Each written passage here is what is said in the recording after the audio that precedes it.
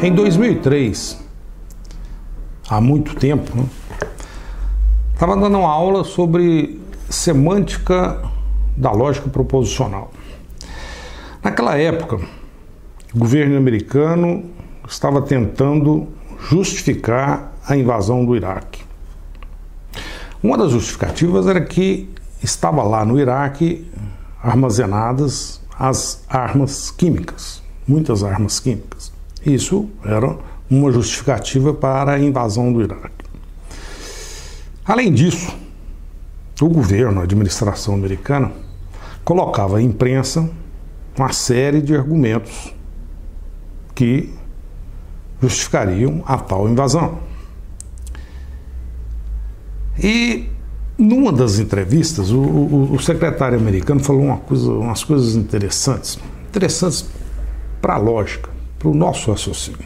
Observem o que ele falou, considerando o que havia no Iraque que não se conhecia. Veja o que o secretário americano diz. Existem conhecidos que são conhecidos.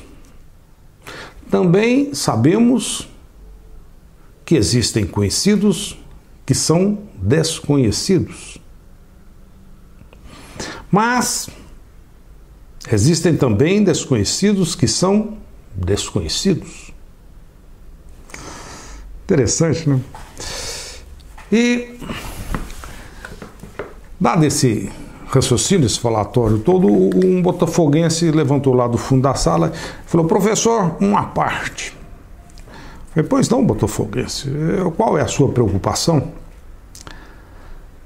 Professor, essa conversa toda está parecendo vida de marido e mulher. Eu falei: que isso, botafoguense? Por quê? E aí vi que o botafoguense era um pouco mais velho e perguntei: poxa, botafoguense, você é casado? Ele falou: sou, professor. Puxa, o botafoguense estava raciocinando, realmente ele estava com uma certa desconfiança, né? Tem conhecido que por ele era desconhecido. Mas tinha coisa que ele conhecia, que na relação dele lá, pelo outro lado, era desconhecido. Bom, deixa o botafoguense para lá e vamos continuar com o nosso raciocínio. Mas, afinal, por que estamos falando sobre isso tudo? É porque, dessa conversa toda, a gente passa a pensar sobre uma hipótese importante, que é a hipótese do mundo fechado, que é utilizada em programação e lógica, em computação. Então, o passo final desse raciocínio todo vai ser relacionar tudo isso com o jeito que estamos interpretando em lógica proposicional. Mas vamos então, para ficar mais suave, digamos, né, a discussão, vamos pensar em tudo isso considerando um desenho. Aqui nesse desenho, nós escrevemos aqui em azul o meu mundo. Está aqui, o meu mundo em azul. Em vermelho, o mundo de todos. Suponha o seguinte, que é um fato que Zé é pai de Maria e que eu, no meu mundo fechado, conheço esse fato. Mas que é um fato que Tião é pai de Juca, mas que esse fato eu não conheço, apesar de que os outros o conhecerem.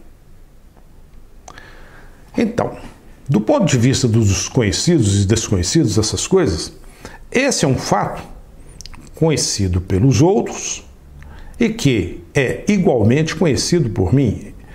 Isso aqui está no âmbito dos conhecidos que são conhecidos.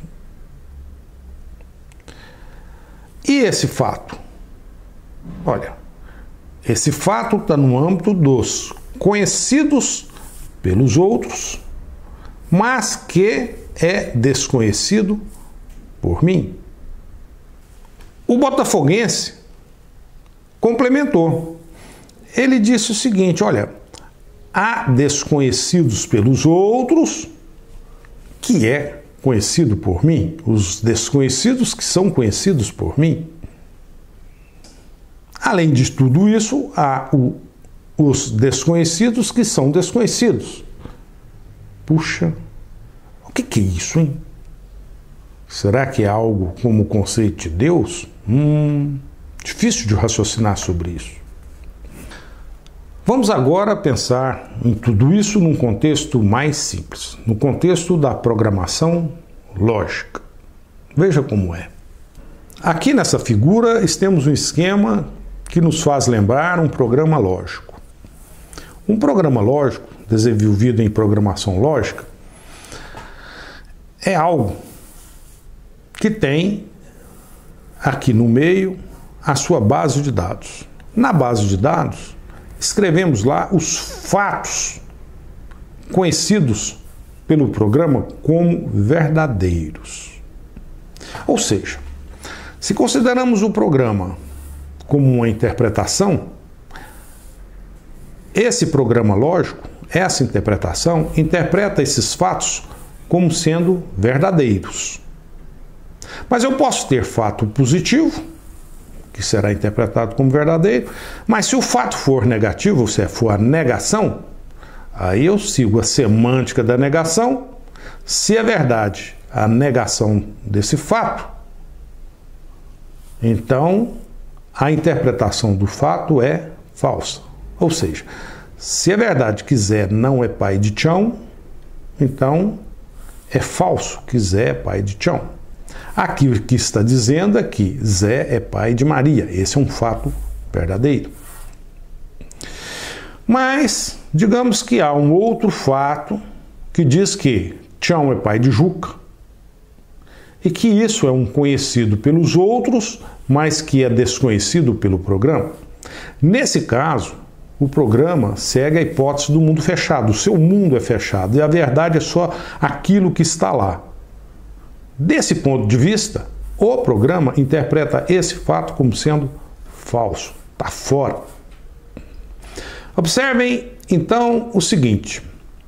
Se está na base de dados, é verdadeiro, mas se está fora, é falso, independente se é conhecido por outros. Essa função de interpretação definida pelo programa lógico, ela é uma função binária total. Por quê? Primeiro, que ela interpreta como verdadeiro ou como falso. Se está na base de dados, é interpretado como verdadeiro. Se está fora, é falso. Há duas possibilidades. E como um fato ou pode estar na base de dados ou fora, não há outra possibilidade aqui nesse caso, a função também é total. Por quê? Se está na base, é verdadeiro, e se está fora, é falso. Então não há meio termo. Para finalizar, vamos raciocinar um pouco mais sobre as declarações do secretário de Defesa americano. Sabemos que existem conhecidos que são conhecidos, ou seja, sabemos que existem conhecidos pelos outros que igualmente são conhecidos por nós. E é interessante que sabemos, ou não. É engraçado. Quando sei algo, sei que sei, é uma bela de uma questão. Não necessariamente.